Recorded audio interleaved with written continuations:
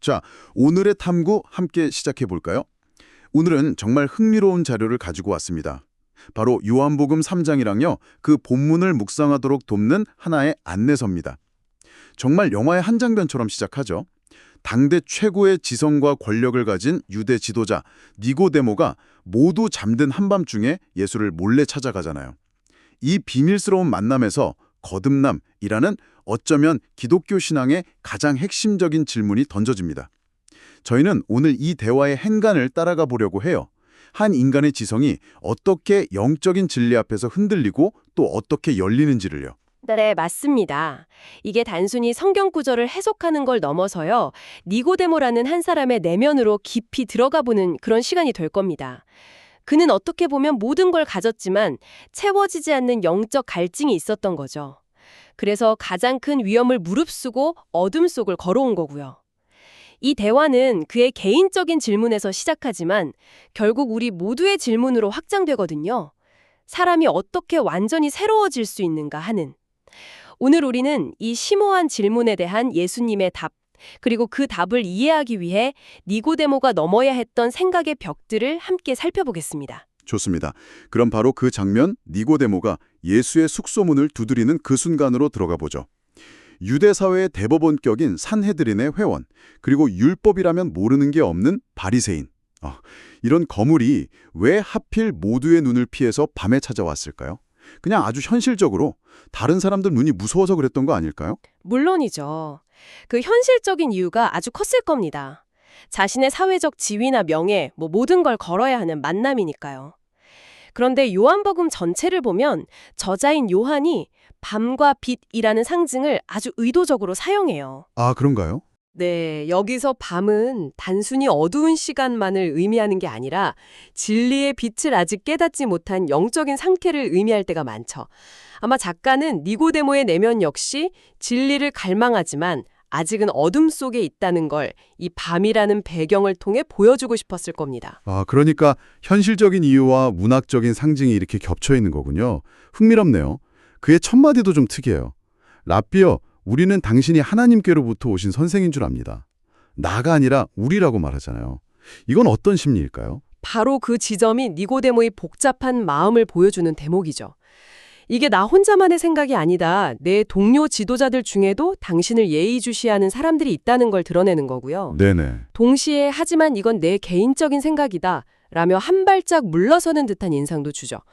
예수가 행한 기적들을 보니까 하나님이 함께 하시는 건 분명한데 그렇다고 그를 메시아로 인정하기엔 자신이 평생 지켜온 모든 걸 부정해야 하니까. 맞습니다.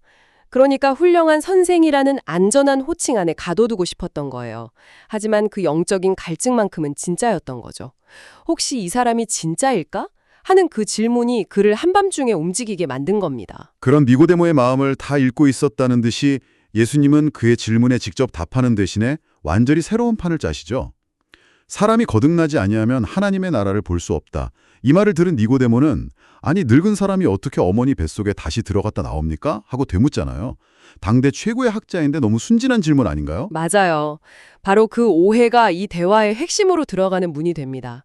사실 이건 예수님이 의도적으로 놓으신 뭐랄까 언어의 덫 혹은 생각의 점프대라고 볼 수 있어요. 아, 점프돼요? 네, 거듭나다로 번역된 원래 헬라어 단어 아노텐이 두 가지 뜻을 동시에 가지고 있거든요. 니고데모가 이해한 것처럼 다시라는 뜻도 있고요. 위로부터라는 뜻도 있어요. 와, 예수님은 일부러 이중적인 단어를 던지신 거죠. 니고데모가 다시 태어나는 물리적인 불가능함에 갇혀 있을 때 예수님은 아니, 그게 아니라 위로부터, 즉 하나님으로부터 완전히 새롭게 태어나는 차원의 이야기다 라고 그의 생각을 뒤흔들어 버리신 겁니다. 와, 이건 정말 생각도 못했네요. 그냥 말이 안 통하는 대화인 줄 알았는데 의도된 가르침이었군요. 그래서 바로 물과 성령으로 나지 않으면 이라는 설명이 따라 붙는 거군요. 그럼 이 물과 성령은 뭔가요? 흔히들 세례 같은 걸 떠올리는데 그것과는 좀 다른 의미인 것 같아요. 훨씬 더 깊고 근원적인 의미를 담고 있습니다. 여기서 물과 성령을 이해하려면 유대인들에게 아주 익숙한 오래된 예언 하나를 떠올려야 해요. 에스겔서에 나오는 건데요. 아, 구약의 예언이요? 네. 하나님께서 장차 이스라엘 백성의 더러워진 마음을 깨끗한 물로 씻어내고 돌처럼 굳어버린 마음을 제거한 뒤 완전히 새로운 영, 부드러운 마음을 주시겠다는 약속이죠. 아, 일종의 영적 심장 이식 수술 같은 거군요. 정확한 비유입니다. 즉 예수님은 물 따로 성령 따로를 말씀하신 게 아니에요. 하나님의 전적인 능력으로 속사람이 완전히 정결하게 되고 새롭게 창조되는 것. 이 하나의 그림을 물과 성령이라는 단어로 설명하신 겁니다. 이건 인간의 노력이나 혈통, 율법 공부로 되는 게 아니라는 선언이죠. 인간의 영역이 아니라는 걸 강조하시는 거군요. 이어서 나오는 바람 비유도 정말 아름다워요. 바람은 불고 싶은 대로 분다. 네가 그 소리는 들어도 어디서 와서 어디로 가는지 알지 못한다. 성령으로 난 사람도 다 이와 같다.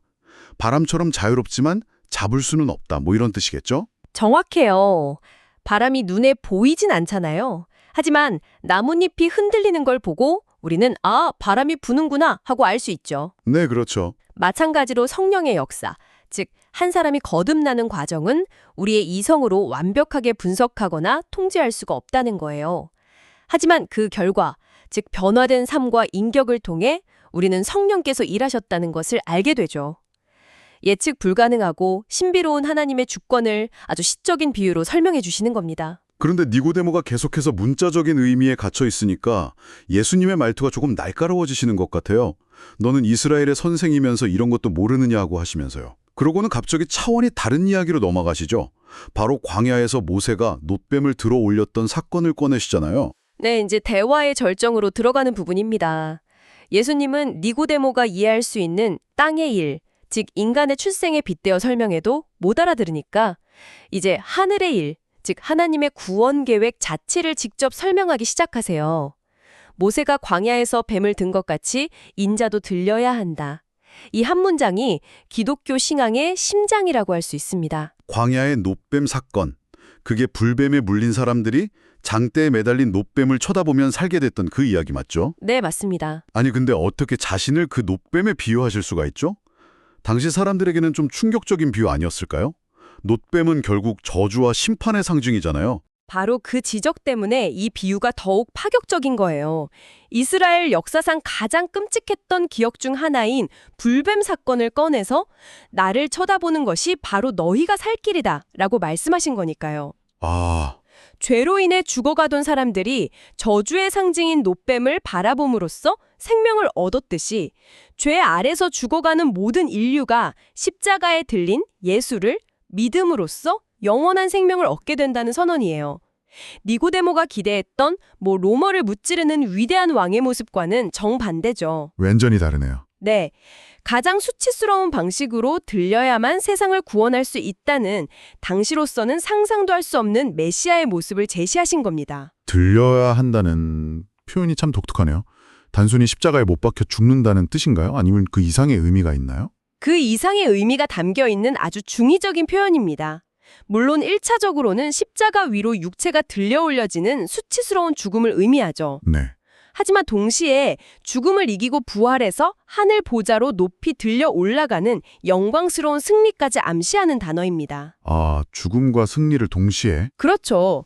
가장 낮은 죽음을 통해 가장 높은 영광에 이르는 역설. 이것이 바로 하늘의 일의 신비라고 예수님은 말씀하고 계시는 겁니다. 와, 정말 거듭남이라는 개인적인 질문에서 시작된 대화가 결국 인류 전체의 구원과 메시아의 정체성이라는 거대한 이야기로 이어지는군요. 이 모든 내용을 효과적으로 이해하도록 오늘 우리가 참고하는 이 묵상 안내서는 어떤 식으로 우리를 돕고 있나요? 이 안내서의 좋은 점은 지식을 전달하는 데서 그치지 않고 그걸 당신의 삶으로 가져오게끔 돕는다는 거예요. 예를 들어 본문의 의미를 차근차근 설명해 준 다음에요. 사네드린이나 랍비처럼 당시 배경 지식이 필요한 단어들을 따로 풀어서 이해의 폭을 넓혀주죠. 아, 그런 도움말 코너가 있군요. 네, 저희가 방금 나눈 이야기들도 사실 이 안내서의 도움을 많이 받은 거고요. 마지막에 나오는 묵상 포인트가 핵심이겠네요. 이 부분이 단순한 정보 요약을 넘어서 진짜 내 이야기로 만들게 하는 장치 같아요. 맞습니다. 이 부분이 바로 지식을 살아있는 믿음으로 전환시키는 다리 역할을 해요. 예를 들어 이런 질문을 던지거든요. 하나님 나라에 들어가는 일이 나의 노력이나 자결에 달린 문제가 아니라 십자가에 들리신 예수님께 달린 일이라는 것을 진정으로 믿는가? 이 질문 앞에 서면 니고데모의 고민이 더 이상 남의 이야기가 아니라 바로 내 이야기가 되는 거죠. 오늘 우리는 한밤의 방문객 니고데모가 마주했던 거듭남이라는 심오한 진리를 함께 따라가 봤습니다. 당대 최고의 지성조차 이해할 수 없었던 영적인 신비가 결국엔 십자가에 들리신 예수를 믿는 믿음이라는 아주 단순하고도 강력한 하나의 진리로 귀결되는 과정을 지켜봤네요. 여기서 한 가지 꼭 기억했으면 하는 점이 있어요. 이 밤의 대화가 니고데모 이야기의 끝이 아니라는 사실이에요. 아, 뒷이야기가 더 있군요. 네. 그는 나중에 요한복음 19장에서 모두가 예수를 버리고 도망갔을 때 아리마대 요셉과 함께 당당히 빌라도에게 찾아가 예수의 시신을 요구합니다. 더 이상 어둠 속에 숨지 않고요. 가장 환한 대낮에 가장 위험한 순간에 자신의 믿음을 공개적으로 드러낸 거죠. 와, 여기서 당신이 한번 생각해 볼 만한 질문을 던지고 싶어요. 어쩌면 거듭남이란 그날 밤 대화 자리에서 모든 걸 깨닫는 한순간의 사건이 아닐지도 모릅니다. 오히려 이해할 수 없는 질문들을 끌어안고 어둠 속에서 빛을 향해 더듬더듬 나아가는 과정, 그 자체일지도 모른다는 거죠. 니고데모에게 그 밤은 끝이 아니라 긴 여정의 시작이었던 것처럼요. 혹시 당신은 지금 어떤 풀리지 않는 질문을 품고 당신만의 밤의 시간에 머물러 있나요?